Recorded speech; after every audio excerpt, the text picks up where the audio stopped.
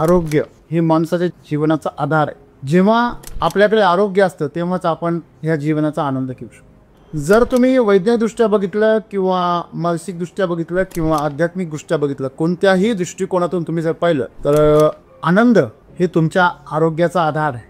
तुम्ही आनंदी असाल तर तुम्ही निरोगी राहाल, आणि तुम्ही निरोगी असाल तुम्ही आनंदी राहा। आपलं जे शरीर आहे त्याची जी मूळची अवस्था आहे ती निरोगी राहणं आहे, आपल्या मनाची जी अवस्था आहे ती सक्रिय राहणं आहे, आणि आपल्या ऊर्जेची चेतनेची जी अवस्था आहे ती म्हणजे आनंदी राहणं। जेव्हा ती स्वतःच्या अवस्थेमधून बाहेर पडते तेव्हा त्याला आपण रोग असतो। आणि डार्विन पण सांगून गेला, स्ट्रॉंगेस्ट विल सर्वाइव्ह। मग तुम्ही स्वतःमध्ये जर स्ट्रॉंग नसाल तर तुम्ही सर्वाइव्ह करू शकत नाही। तुम्हाला जर टिकून राहायचं असेल तर तुम्हाला स्ट्रॉंग राहावं लागेल। हे जे शरीर आहे हे रासायनिक अभिक्रियांचं बनलेलं आहे, मग ती नैसर्गिकपणे घडते की तुम्ही कृत्रिमपणे घडून आणताय याच्याशी त्या शरीराला काय घेणं आहे, कारण तो पदार्थ आहे। तुमचं शरीर म्हणजे तुमचं जीवन नाही आहे, ते तुम्हाला मिळालेलं एक साधन आहे। मग ते साधन या पंचमहाभूतांच्या नियतीनेच चालतं। मग तुमचं जे शरीर आहे ते शरीर तेव्हाच सक्रिय होतं जेव्हा तुमच्या भावना त्या दृष्टीने सक्रिय असतात, आणि म्हणून तुमच्या भावनांचा थेट संबंध कशाशी आहे, तुमच्या जीवनातल्या आरोग्याशी आहे, रोगप्रतिकारक शक्तीशी। हे शरीर तुम्ही जोपर्यंत वापरताय तोपर्यंतच ते सक्रिय आणि निरोगी राहा, आणि ते वापरण्यासाठी उत्साह असणं गरजेचं आहे, आनंद असणं गरजेचं आहे। तुमच्या शरीरातील जे रोगप्रतिकारक शक्ती आहे, तुमची मानसिक जी काही स्थिरता आहे, स्वास्थ्य आहे, मानसिक स्वास्थ्य आहे, हे सर्वस्वी तुमच्या आनंदावर अवलंबून आहे, उत्साहावर अवलंबून। दुःखी राहणारी माणसं, चिंता करणारी माणसं ही खऱ्या अर्थाने स्वतःचं सर्वात मोठी दुश्मन आहे। तुमच्या जीवनामध्ये तुम्ही जिवंत आहात, बाकी सगळं नुकसान झालेलं आहे, तुमचं काहीच नाही राहिलेलं तुमचं, फक्त तुम्ही जिवंत आहात, तरी तुमचं काहीच केलेलं नसतं। पण तुम्ही जर स्वतःला जर दुखवायला लागलीत ना, स्वतःच्या आत्म्याला जो वेदना देतो ना, त्याच्यासारखा महापापी या ज्याला दुसरा कोणी नाही। कारण जो स्वतःला दोष देतो त्याचं शरीर, त्याचं मन याच्या विरोधात काम करायला प्रवृत्त करतं। आपण जीवनामध्ये खरोखर परिपूर्ण जीवन जो जगतो ना त्याला आरोग्य असणं। तर आरोग्य म्हणजे तुम्हाला रोग होत नाहीये म्हणजे तुम्ही निरोगी आहे असं नाहीये, तुम्ही तुमच्या शरीराचा आणि मनाचा पूर्ण क्षमता वापरून जेव्हा जीवनाला परिपूर्णता आणताना त्याला म्हणायचं आरोग्य। आणि म्हणून जीवनाची परिपूर्णता कशामध्ये आहे, तुमच्या क्षमतांचा परिपूर्ण वापर करणं। आनंदाची प्रवृत्ती काय आहे, आम्ही देहभान विसरतो, दुःखात नाही विसरत। दुःखामध्ये उलट शरीराची जी जाणीव आहे ती आणखीन काय होते, घनित, एकदम घन होते। हे प्रकृतीशी आमचं जे कनेक्शन आहे, या शरीराचं प्रकृतीशी आणि आमच्या चेतनेचं, ऊर्जेचं, परमचेतनेशी जे संबंध आहे, हे संबंधच आमची शक्ती आहे। आणि तो संबंध तेव्हा जोडला जातो जेव्हा तुम्ही आनंदी असता। आनंदी असणं म्हणजे स्वतःला रिकामं करणं, सहज होणं, आणि तो जो प्रवाह आहे तो तुमच्यामध्ये उतरून घेणं। की आपण दुःखी आहोत, आपण नेहमी आजारी पडतो, याचा अर्थ आम्हाला जगायचंच कळलेलं नाही। माणसं सहज आलं पाहिजे, सहज राहिलं पाहिजे। रामकृष्णही आले गेले त्याहून जग का ओसची पडिली, जन पळो भगवंतीला हाय हाय मी जाता कार्य राहील काय, काहीच नाही राहत तुमच्या आयुष्यात। खऱ्या अर्थाने रोगट म्हणजे तो नाही आहे ज्याला आजार झालेला आहे। एखाद्याला प्रारब्धामुळे आजार बी झालेला असू शकतो, परंतु तो जर त्या वेदनेवर मात करून जर पूर्णपणे जीवन जगत असेल, उत्साहाने आणि आनंदाने राहत असेल, तर तो आजारी नाही आहे, तो स्वस्थ आहे। जीवन परिपूर्णतेने जगणं आणि जीवनाची परिपूर्णता हेच खरं आरोग्य आहे। जीवन जे आहे मित्रांनो भरपूर जगा, जीवनाचे यश अपयश या किरकोळ गोष्टी आहेत, ह्याच्यामध्ये काहीच नाही आहे। आवड नावड या गोष्टीमध्ये काहीच ठेवलेलं नाही आहे। सदैव आनंदी राहा, सदैव उत्साही राहा, सदैव छान राहा, आणि सदैव ह्या जीवनाचा आनंद घ्या। तुमच्या जीवनामध्ये सतत अमृताची धार बरसेल आणि तुमचं जीवन परिपूर्ण आणि सुंदर बनेल।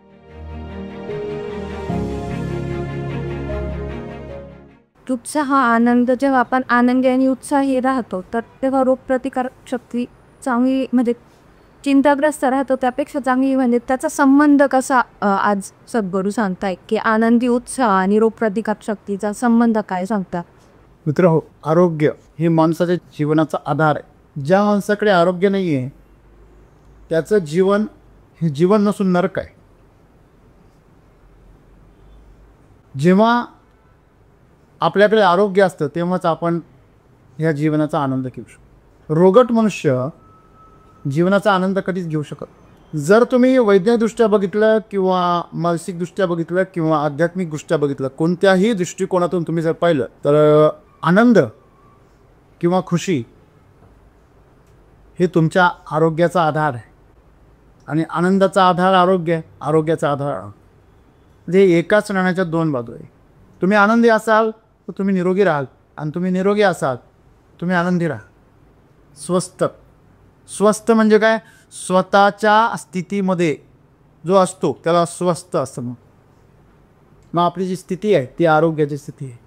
जेव्हा एखाद्या बीजामधून अंकुर बाहेर, सुंदर असा कोमल आणि असा निरोगी असा अंकुर बाहेर, अगदी किळकं भिका असेल, बी तुमचं किळकं जरी असलं तर त्यातून निघणारा अंकुर हा एकदम निरोगी असतो, नाही तर तो निघतच नाही. जीवन हे निरोगी आणि सुंदर आहे.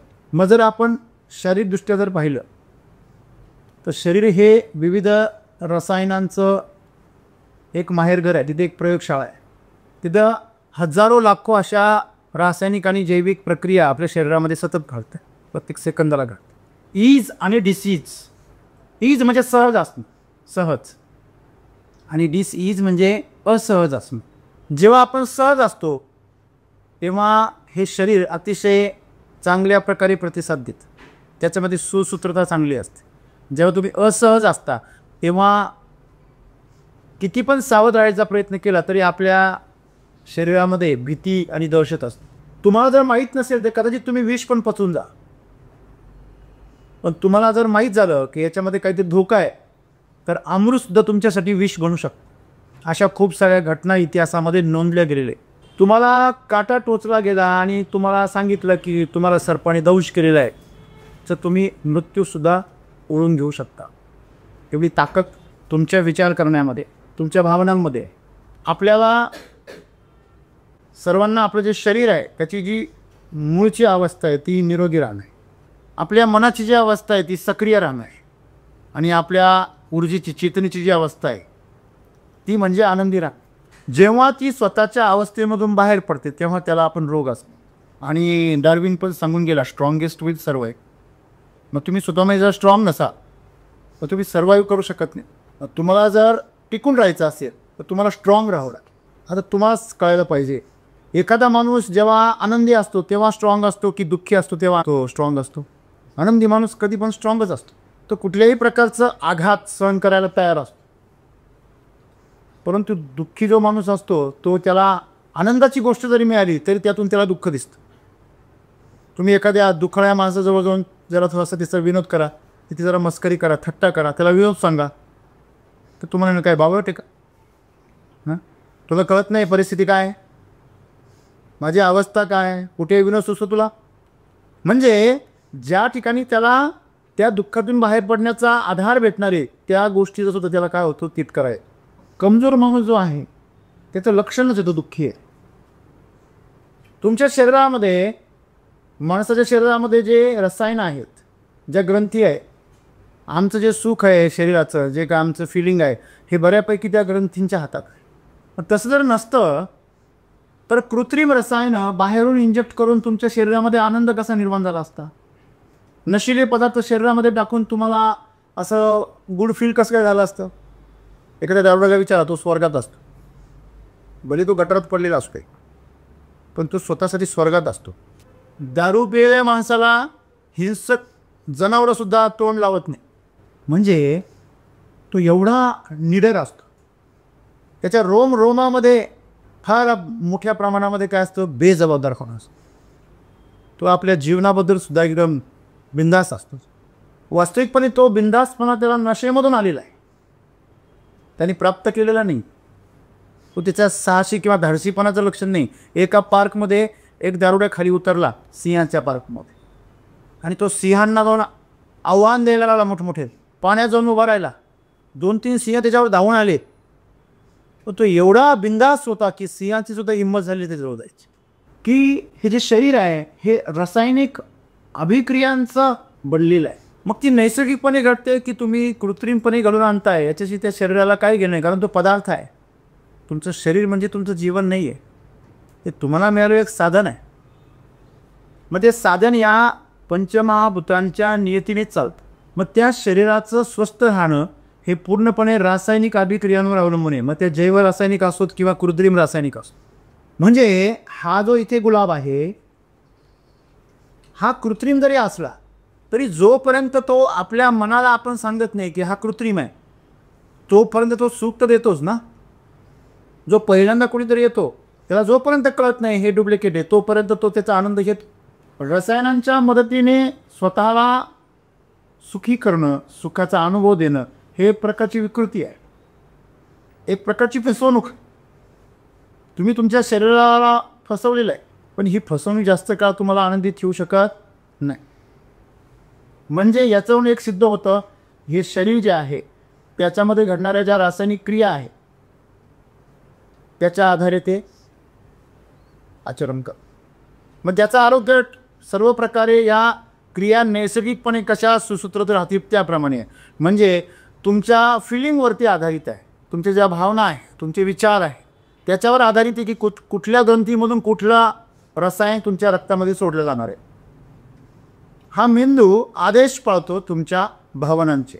मग तुमचे गट्स जे आहे, गट्स म्हणजे तुमच्या ज्या पोटामध्ये मोठ्या आतड्यामध्ये जे जीवाणू आहे त्या जीवाणूंच्या ज्या प्रकारे प्रतिक्रिया तयार होतात त्या प्रकारचा संदेश त्या ग्रंथीला जातो. समजा तुमच्या मनामध्ये जर भीती निर्माण झाली, दहशत निर्माण झाली, तर तुमच्या मनामध्ये फसवलीची भावना निर्माण झाली तर तुमच्यामध्ये लगेच राग उत्पन्न. स्वतःच्या बचावासाठी, स्वतःच्या शक्तीच्या प्रदर्शनासाठी, स्वतःचं दबाव तंत्र निर्माण करण्यासाठी तुमच्या रक्तामध्ये राग आणण्यासाठी जे रसायन आहे ते सोडलं जातं आणि तात्काळ तुमच्या शरीरामध्ये उत्तेजना तयार होते आणि माणूस असे वेगवेगळे हातवारे करायला लागतो, ओरडायला लागतो, आवाज अचानक वाढतो आणि आदळआपट करायला लागतो.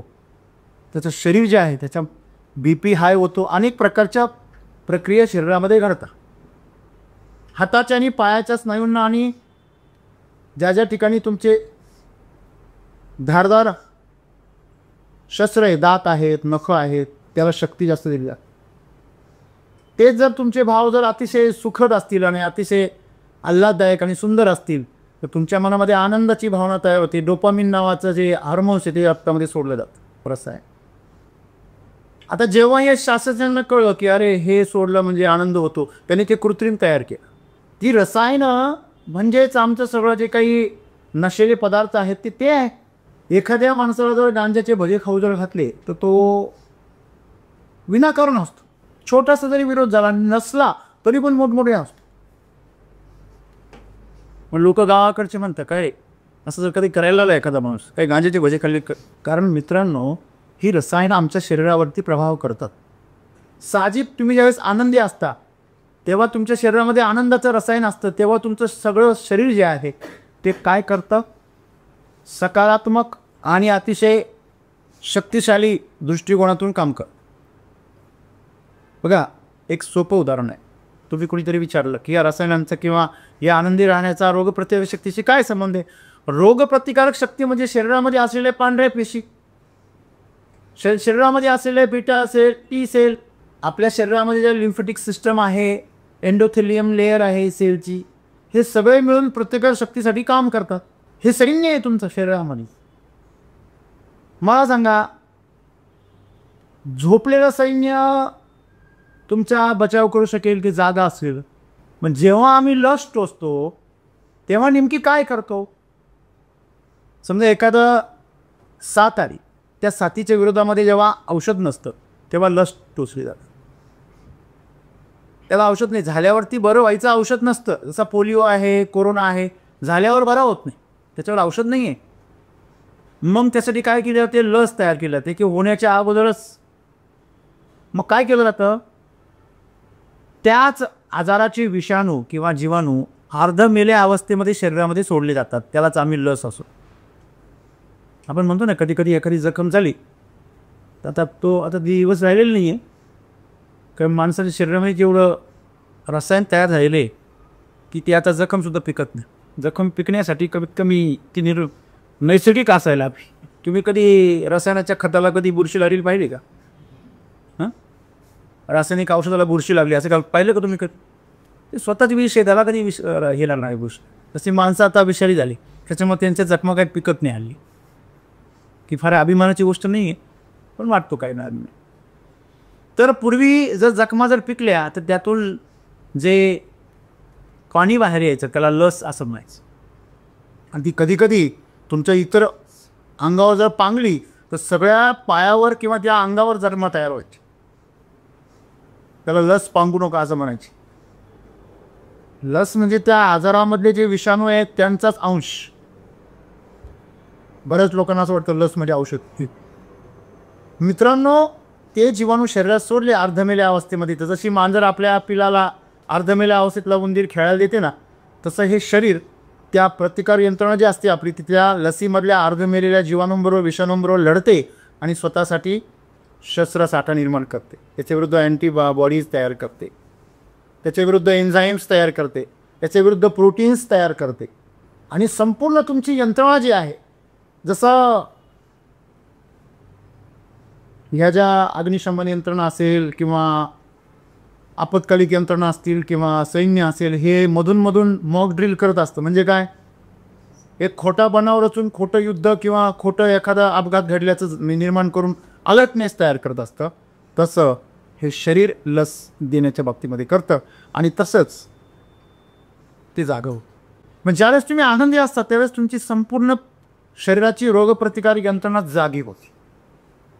असा त्याचा संबंध आहे. जेव्हा तुम्ही दुःखी असता तेव्हा मेंदू आणि हे जे गट्स असतात ते आपल्या शरीरातील सर्व लिम्फॅटिक सिस्टमला आदेश देतात की या शरीराला जगायची इच्छा नाही आहे, तुम्ही काहीही काम करू नका, तुम्ही झोपून राहा, तुम्ही तुमच्या फॅक्टऱ्या बंद ठेवा, तुम्ही तुमच्या शस्त्रसाठा दारू गोळ्याच्या कारखाने बंद ठेवा, त्याची काही गरज नाही आहे. तसंच या शरीराला जगायचं नाही आहे. मनाने खचलेला माणूस जो आहे तो किती पण शक्तिशाली असू दे, त्याच्या अंगामध्ये त्राण नसतं. मग तुमचं जे शरीर आहे ते शरीर तेव्हाच सक्रिय होतं जेव्हा तुमच्या भावना त्या दृष्टीने सक्रिय असतात. आणि म्हणून तुमच्या भावनांचा थेट संबंध कशाशी आहे, तुमच्या जीवनातल्या आरोग्याशी आहे, रोगप्रतिकारक शक्तीशी. मग तुम्ही शारीरिकदृष्ट्या आनंदी असले पाहिजे, तुम्ही मानसिकदृष्ट्या आनंदी असले पाहिजे, तुम्ही भावनिकदृष्ट्या आनंदी असले. आणि म्हणून सद्गुरू म्हणता तुम्ही आनंदी उत्साही.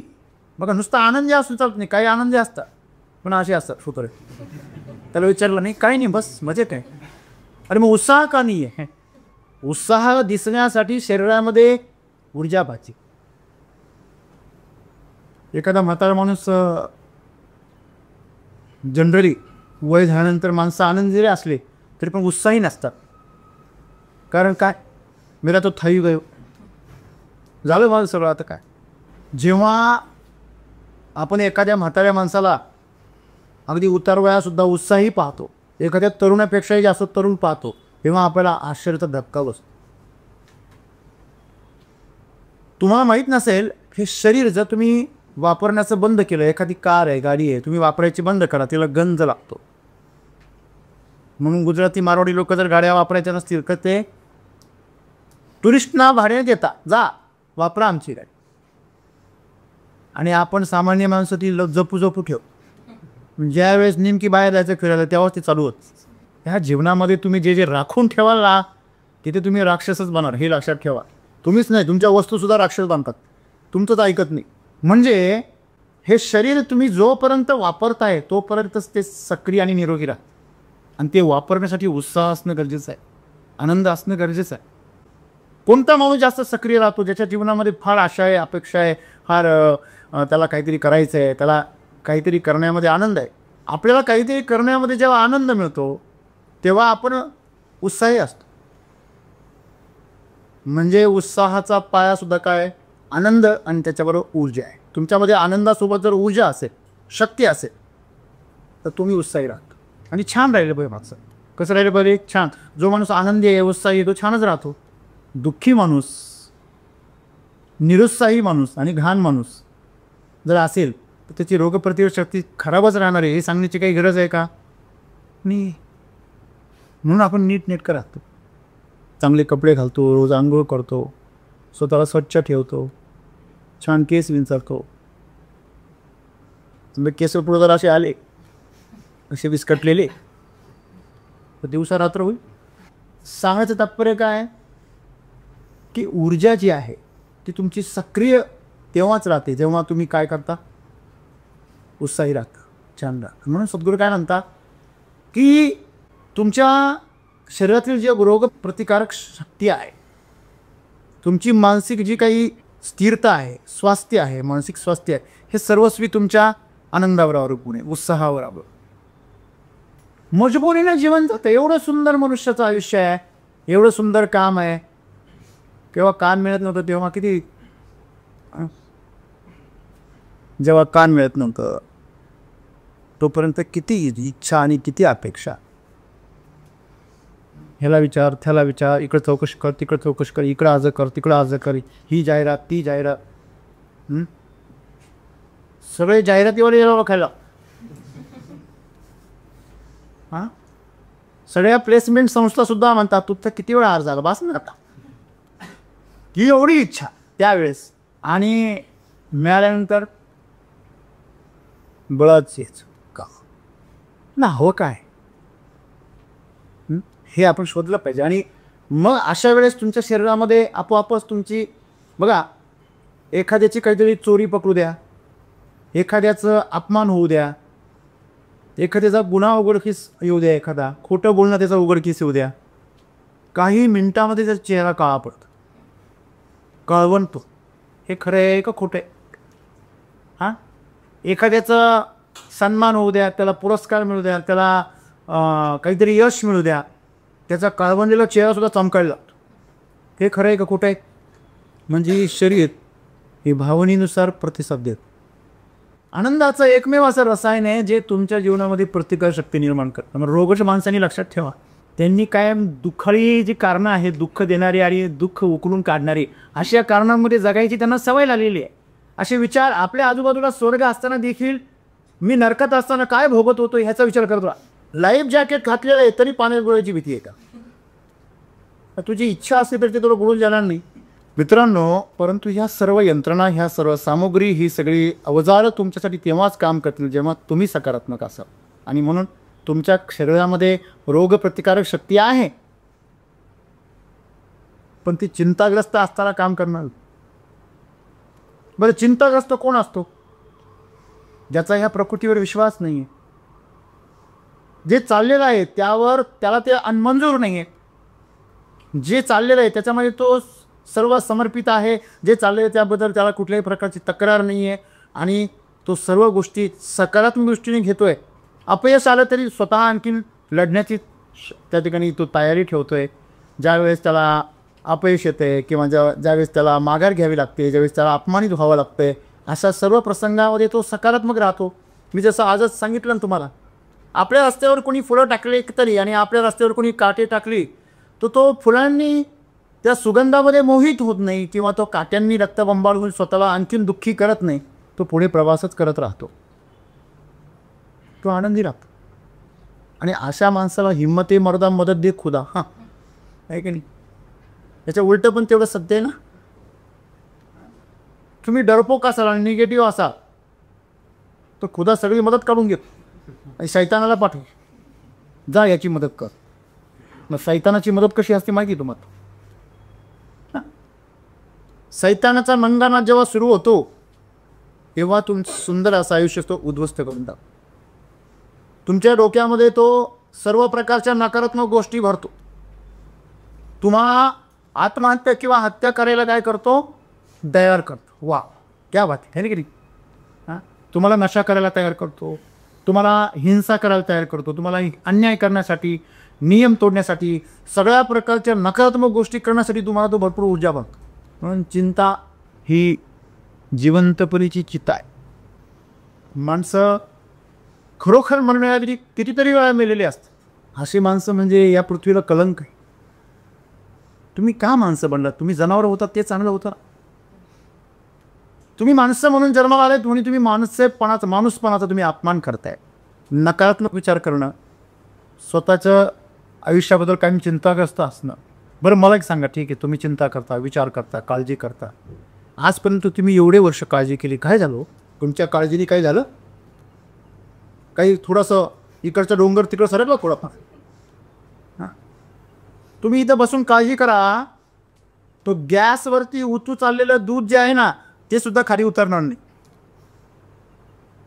हां, कसरके इथून काळजी करून करून ते सरकलं, काही नाही होते. चिंता हा जो मनुष्य आहे ना, चिंता करून तो फक्त आपली चिता जवळ आणतो, बस दुसरं काय करत. चितेवरती माणूस एका तासामध्ये, 2 तासामध्ये, एका दिवसामध्ये जरूर राख होतो, परंतु चिंतेमध्ये माणूस रोज थोडा थोडा राख होत असतो. म्हणून जी माणसं चिंता करतात ना, ती माणसं खऱ्या अर्थाने स्वतःचा दररोज थोडा थोडा स्वतःची थोडी थोडी हत्या करतात. दुःखी राहणारी माणसं, चिंता करणारी माणसं ही खऱ्या अर्थाने स्वतःची सर्वात मोठी दुश्मन. आणि म्हणून मी नेहमी म्हणत असतो, तुमच्या जीवनामध्ये तुम्ही जिवंत आहात, बाकी सगळं नुकसान झालेलं, तुमचं काहीच नाही राहिलेलं. तुम्ही कमवलेलं साम्राज्य गेलं, तुम्ही कमवलेला पैसा गेला, पद गेलं, तुम्ही कमवलेली प्रतिष्ठा गेली, तुम्ही पूर्णपणे बदनाम आहात आणि सगळं, फक्त तुम्ही जिवंत आहात तरी तुमचं काहीच केलेलं नसतं. की सगळं तुम्ही निर्माण केलं होतं, परत निर्माण करू शकता. पण तुम्ही जर स्वतःला जर दुखवायला लागलीत ना, स्वतःच्या आत्म्याला जो वेदना देतो ना, त्याच्यासारखा महापापी या ज्याला दुसरा कोणी. कारण जो स्वतःला दोष देतो, त्याचं शरीर, त्याचं मन याच्या विरोधात काम करायला प्रवृत्त करतं. बघा, जो माणूस स्वतःला त्रास देतो, त्याची बुद्धी त्याच्या विरोधात काम करते. हे खरं एक खोटे. ज्यावेळेस तुम्ही नेगेटिव्ह विचार करता, त्यावेळेस जगाचं काही बिघडतं का तुमचं बिघडतं? दिवस तुमचा वाईट जातो की जगाचा जातो? मूड तुमचा खराब होतो की जगाचा होतो? तुमची अशी अपेक्षा आहे का तुम्ही मूड खराब केल्यावर अख्खं जग खराब होऊन जाईल? तुम्हाला काय वेळ झाल्यावर सगळं जग पिवळं होईल का? हे तुम्हाला पिवळं दिसलं, ते कावीळ झालेलं माणसाला वाटतं सगळं जग पिवळं झालं, बरं झालं. आणि म्हणून मित्रांनो, आपण जीवनामध्ये खरोखर परिपूर्ण जीवन जो जगतो ना, त्याला आरोग्य असणं. तर आरोग्य म्हणजे तुम्हाला रोग होत नाहीये म्हणजे तुम्ही निरोगी आहे असं नाहीये. ही मूर्खपणाने केलेली व्याख्या आहे. तुम्ही तुमच्या शरीराचा आणि मनाचा पूर्ण क्षमता वापरून जेव्हा जीवनाला परिपूर्णता आणताना, त्याला म्हणायचं आरोग्य. आरोग्य म्हणजे तुमचं दुखतच नाही आहे, तुम्ही कधी आजारीच पडत नाही आहे, किंवा तुम्ही अगदी दवाखान्यात जात नाही आहे, ह्याला आरोग्य नाही म्हणत आहे. आरोग्य म्हणजे तुमच्या शरीराची तुम्ही पूर्ण क्षमता व्हा, तुमच्या मनाची पूर्ण क्षमता व्हा. आणि म्हणून जीवनाची परिपूर्णता कशामध्ये आहे? तुमच्या क्षमतांचा परिपूर्ण वापर करणं. माणसं प्रत्येक ठिकाणी आजारी पडायला घाबरता, शरीराचं नुकसान व्हायला घाबरता, माझं मान सन्मान, माझा अपमान ह्या बाबतीमध्ये संवेदनशील राहता.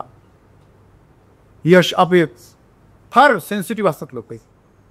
आणि म्हणून सद्गुरू सांगता की तुमचा आनंद हा तुमच्या आरोग्याचा पाय आहे. एक आनंदी माणूस जीवनाचा जेवढा समावेशमध्ये जगतो, जीवनामध्ये जेवढा सक्रिय राहतो, एवढा दुःखी माणूस तर ह्या सृष्टीसोबतचं आपलं नातं काय करतो? नाकारतो. तुम्ही आनंदामध्ये कधी असं पाहिलं का हो? एखादा आनंदी माणूस असं म्हटला, चला मला एकटं एकांत पाहिजे, कोणीच येऊ नका माझ्याजवळ, मला एकटं सोडा, असं कधी आनंदी माणूस म्हणतो की दुःखी माणूस म्हणतो? हां, म्हणजे एका अर्थाने दुःखी मनुष्य जो असतो, तो स्वतःसाठी रोगांना आमंत्रण देत असतो, तो जीवनाचा नकार देत असतो. आणि म्हणून ही प्रकृती जी आहे ना, ही प्रकृतीसुद्धा अशी आहे बघा.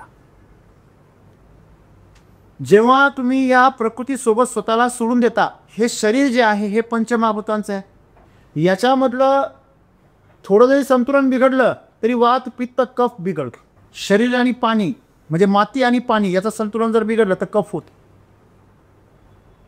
वायू जर बिघडला तर वात होतो, आणि जर अग्नी बिघडला तर पित्त. त्याचं संतुलन बिघडलं नाही पाहिजे. आणि हे संतुलन आनंदामध्ये टिकून राहा. कारण आनंदामध्ये आम्ही सहज होतो. बघा, सगळ्यात सोपी गोष्ट काय? आनंदाची प्रवृत्ती काय? आम्ही देहभान विसरतो, दुःखात नाही विसरत. दुःखामध्ये उलट शरीराची जी जाणीव आहे ती आणखीन काय होते? एकदम घन होते, तीव्र, संवेदनशील होत. दुःखामध्ये तुम्ही कोणाला धक्का दिला ना, ते एवढं पिकलेलं असतं की लगेच ठसठस करतं. त्या लहान मुलं ज्यावेळेस चिडलेलं असतं ना, त्यावेळेस दुःखी असतं ना, त्यावेळेस त्याचा हात झटकून देत जायचं. तुम्ही अनुभव केला असेल की दुःख जे आहे ते आम्हाला प्रकृतीपासून तोडतं. म्हणजे हे पंचमहाभूतांपासून जे शरीर बनले, त्या शरीराला पंचमहाभूतापासून तोडतं. ही ऊर्जा ज्या परमात्म्याचा अंश आहे, त्या अंशापासून त्या पूर्णाला तोड. समुद्रापासून ज्यावेळेस आपण म्हणतो की मीठ तुटतं, मीठ, तर त्या महाराजांनी आपल्याला किती सुंदर सांगितलं, तेव्हा त्या मिठाचे किती हाल होता की नाही? कुणी त्याला उकळता, तर कुणी त्याला खालून पेटवता, हां, कोणी अग्नीमध्ये टाकता सरणामध्ये आग वडगण्यासाठी, कोण त्याचा कुणी प्रेतावर टाकता ते प्रेत सडण्यासाठी.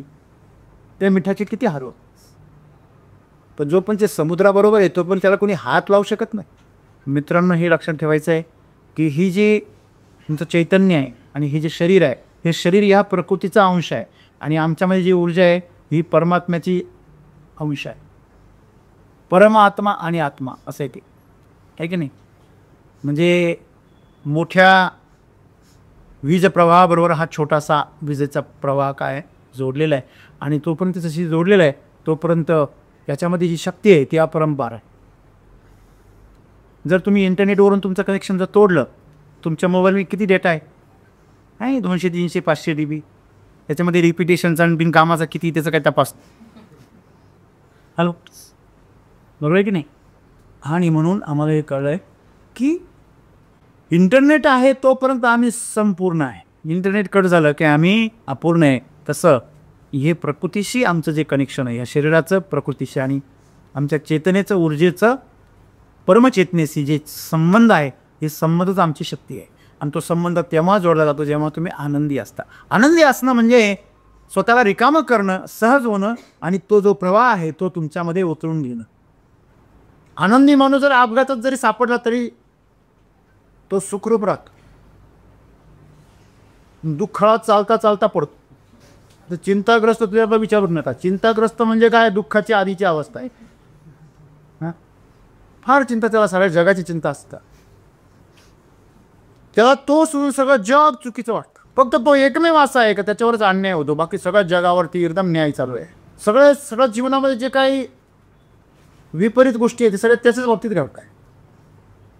तसा नाही, तो आकर्षित करतो. त्याच्या बाबतीत अपघात आकर्षित करतो. त्याच्या बाबतीमध्ये तो सगळ्या प्रकारच्या अपयश आकर्षित करतो. तो सगळ्या प्रकारच्या वेदना आकर्षित करतो. सगळ्या जे काही चुका आहेत त्या पण आकर्षित करतो. शेवटी तुम्ही जो जे वांछीला तो तेला. तुम्ही सतत जर सकाळ संध्याकाळ जर दारुड्यांची रील पाहायला लागले, तुम्ही 8व्या 9व्या दिवशी प्यार, याच्यामध्ये काही विशेष नाही. चिंतन तुम्हाला त्याच गोष्टीकडे घेऊन जात. आणि म्हणून मित्रांनो, जर चिंतन तुम्हाला अधोगतीकडे घेऊन जात असेल तर ते चिंतन तुम्हाला प्रगतीकडे पण घेऊन जाऊ शकतं. म्हणून हे जे चिंतन आहे की आपण जर आपल्या डोक्यामध्ये हे लक्षात ठेवलं की आपण दुःखी आहोत, आपण नेहमी आजारी पडतो, याचा अर्थ आम्हाला जगायचंच कळलेलं नाही आहे. आम्ही अर्धवट जगतो. कसं जगतो? मला सांगा, एखाद्याने फॉरवर्ड गिअरमध्ये 100च्या स्पीडनी कार चालू आहे आणि त्यांना अचानक कळलं का रे आपण चुकलो, रस्ता चुकलो आपण, आणि त्यांनी त्याच सेकंदाला रिव्हर्स गिअर टाकला तर डायरेक्ट त्याने त्या सेकंदाला रिव्हर्स गिअर टाकला तर काय होईल? आता मागे तर जायला पाहिजे. हॅलो, जायला पाहिजे. मग मागे जायचं आहे, मग त्यांनी त्याच मिनिटाला एकदम ॲक्टिव्ह झाला आणि लगेच रिव्हर्स गिअर टाक. तर काय होणार? त्याचा गिअर बॉक्स काय होणार? चूर चूर होणार, भुगा होणार. त्याच्यामध्ये असा जाळ नेणार, सगळ्या गाडीतून धूर निघणारच. म्हणजे योग्य पद्धत काय? चुकला रस्ता, स्पीड कमी करा, हळू व्हा, त्याच रस्त्याने पुढे जा हळूहळू. आणि तुम्हाला जिथे कुठे डिवायडर भेटेल तिथून पलीकडे जाऊन पुन्हा मागे या. ती सोपी पद्धत आहे का नाही?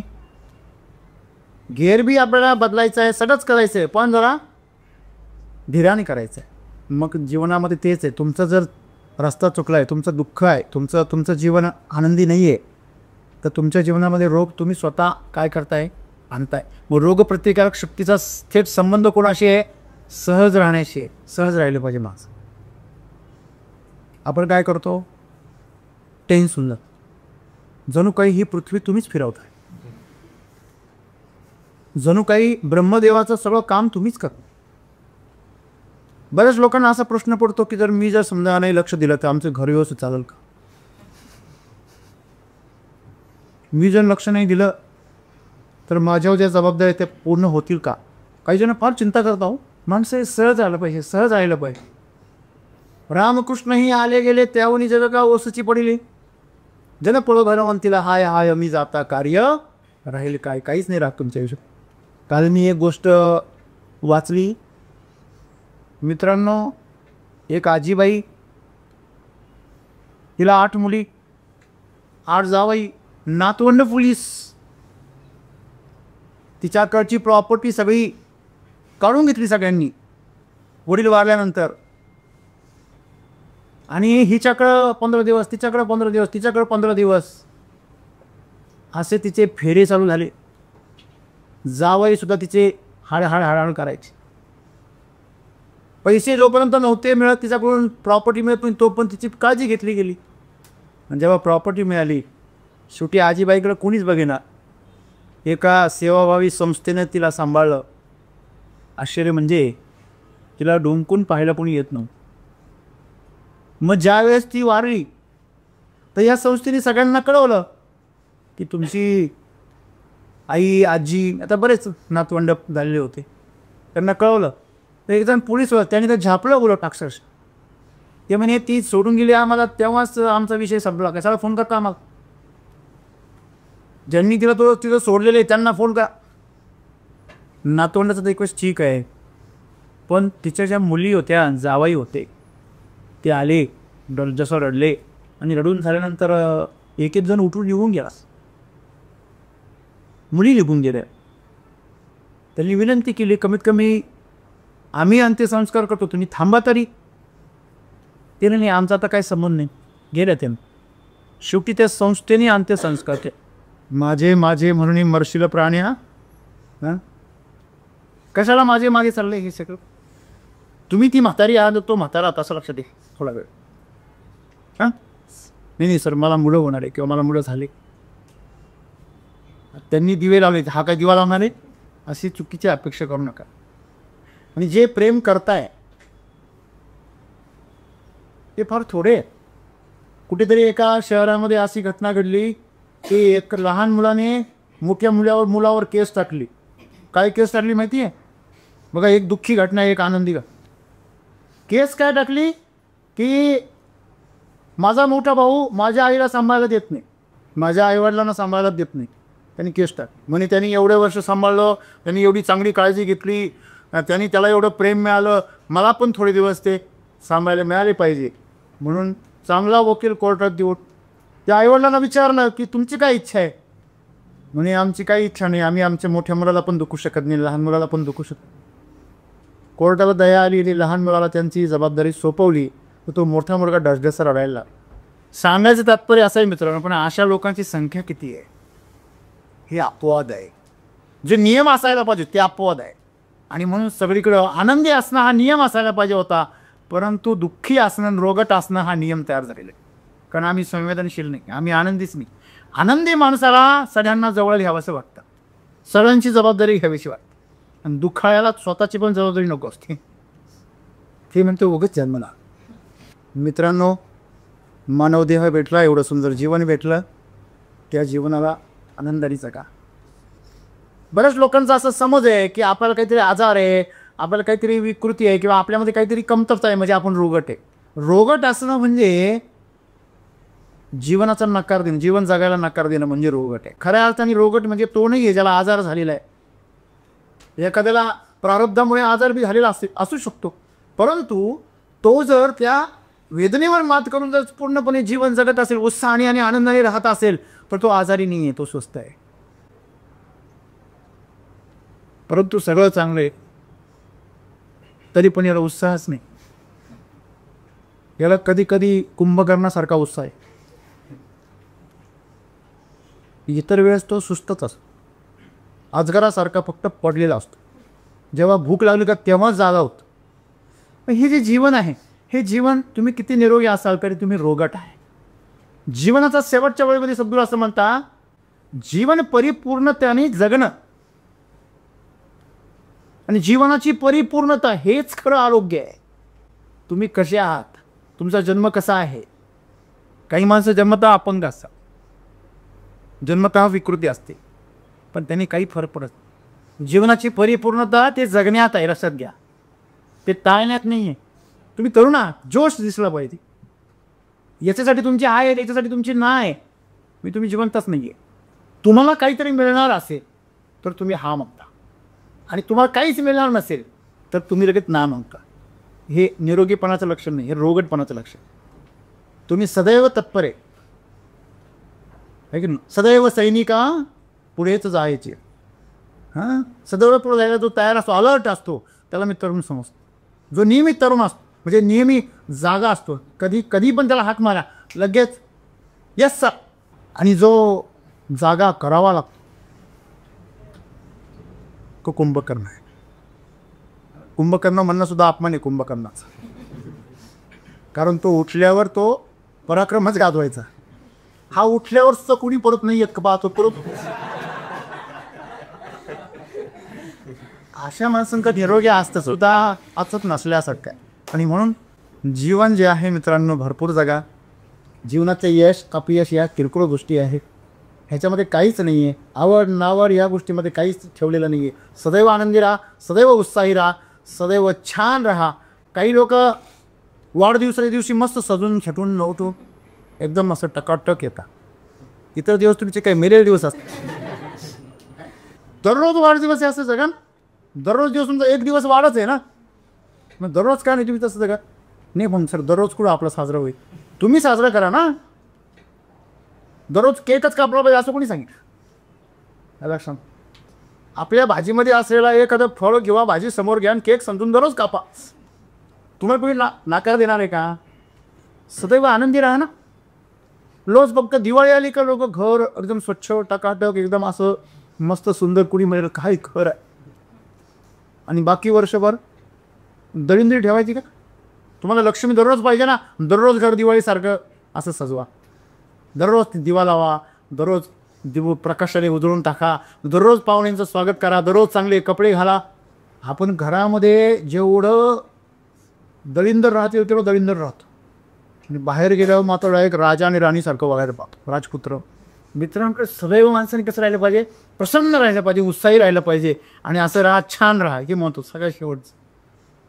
आणि जर तुम्ही असं राहिला तर तुमची रोगप्रतिकारशक्ती सदैव काय करते? ॲक्टिव्ह राहते. ज्या माणसांच्या डोक्यामध्ये नकारात्मक विचार येतात ना, ती माणसं लगेच आजारी पडतात. बघा, पहिलं असेल शेवटचं उदाहरण सांगतो मग. बघा, तुमचं ज्यावेळेस कुणीतरी अपमान करतं, ज्यावेळेस तुमचं कुणीतरी खोटं पकडतं किंवा तुमचा काहीतरी गुन्हा पकडला जातो, त्यावेळेस त्याच्या दुसऱ्या दिवशी किंवा तेवढ्या 2-3 दिवसात तुम्ही लगेच आजारी पडता. ते खरं आहे का खोटं आहे? बघा, जेवढे हे पुढारी आहेत किंवा अधिकारी आहेत किंवा जे कोणी आहे, जे जरा समाजामध्ये प्रतिष्ठित लोक आहेत, त्यांचं जर काही जर भ्रष्टाचार किंवा काही जर एखादा गुन्हा उघडकीस आला ना, ते लगेच आजारी पडतात. ते काही जरा नाटकं करता हा भाग वेगळा, परंतु प्रत्यक्षामध्ये आजारी पडतात.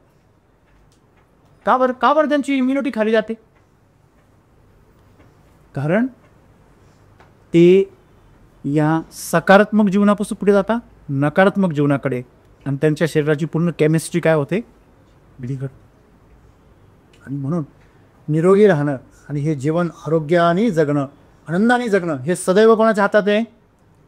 डॉक्टरच्या नाही किंवा मेडिसिनच्या नाही, मग कोणाच्या हातात आहे? हातात आहे. तुम्ही अन्नाचा कण खाताना, घास खाताना, तो खाताना आनंदाने जर खाल्लं ना, तर ते तुमच्या शरीरामध्ये जाऊन अमृत तयार करतं. आणि तुम्ही तोच जर घास त्या दुःखाने खाल्ला ना, बघा, एखादा म्हणून दुःखी झाला तर मला जेवायचं नाही, हे तो नाही म्हणत आहे, हे जीवन म्हणतंय. खाऊ नको आता, विष बनल. म्हणून दुःखाला अंतःकरणाने कधीच काही खायचं नसतं किंवा कोणाला काही द्यायचं नसतं आणि घ्यायचं पण नसतं. पहिलं त्याचा मूड चांगला करायचा, मूड चांगला फ्रेश वगैरे करायचा, मग खाऊ करायचं. ते दुःखाला म्हणते नाही खायचं, नाही खाऊ दे, मरू द्या उपोषित थोडा वेळ. तसे ते विषच तयार करणार आहे आणि ते तुमच्यावरच ओकणार आहे. कळलं? त्याच्यामुळे अमृत तयार करायचं की विष तयार करायचं हे सर्वस्वी तुमच्या भावावर अवलंबून आहे. भाव कसा आहे? म्हणून सर्वांनी आमचा जो भाव आहे तो आनंदी ठेवा, उत्साही ठेवा, आणि सदैव ह्या जीवनाचा आनंद घ्या. तुमच्या जीवनामध्ये सतत अमृताची धार बरसेल आणि तुमचं जीवन परिपूर्ण आणि सुंदर बनेल. धन्यवाद.